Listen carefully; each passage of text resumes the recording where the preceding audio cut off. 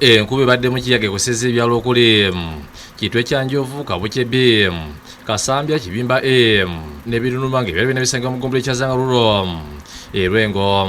Enkube erese abatuuze mazigi badde maze ebbanga ly'emyezi 6 nga tebagirabako. Tukubye nnyo nakani ebitooke byonna byagudde titukyalina kitooke byonna byamenyese, amatooke amato gamenyese, amayumba gagenze. Buyaga yatukosezza nnyo ekyamazima omusana gutukalakatidde emyezi 6.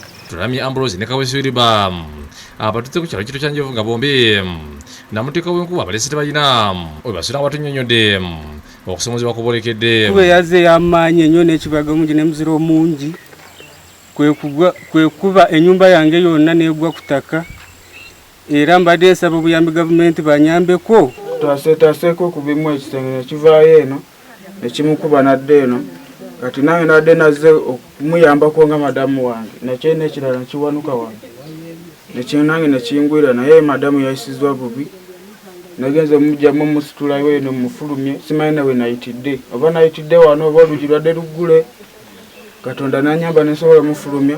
Okusinziira ku ssentebe w'ekyalo Ntambaza Kiro Omweraliikirivu nti obumenyi bw'amateeka ssaako n'obutabanguko mu maka bwandiyogera nga buva ku bbula ly'emmere eyonooneddwa. Gawadde gatandika okuwumbawumba kati nga lino booliraba lino nga tusuubira okuba nti gunaagenda okutuuka ogw'omwenda obumanyi oba ogw'e11 ng'ettooke lino omuntu aba alina kakola kika n'akawunga nako ka bbeeyi tikakyagulika ne ssente nazo situziraba zetukola ki zinaakagula.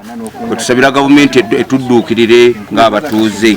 Ami okuzimba kana akayumba kubadde kweyiiya mu mbeera etali nnungi. Ensonga endala eriwo esinga okutuluma siga nti erumanzi wabula eruma ffe ffenna.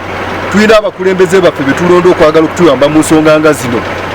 Teri n'omu atugoberera wadde n'omulundi n'ogumu. Era njagala okubategeeza nti tugenda kukwasaganya tulabe engeri abantu baffe gye tusobola okulaba nti bayambibwa. Disitulikiti Ibrahim Kitata ategeeza nti Lwengo kyetuuse ku kisusse ku kya bulijjo nga wakola ekisoboka okuyamba ku batuuze.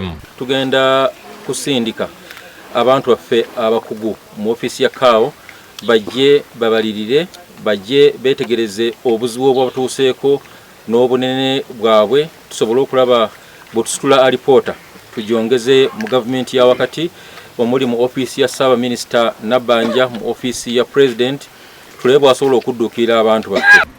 Florence Tumupende yakusakidde guli mu Kwawukere TV.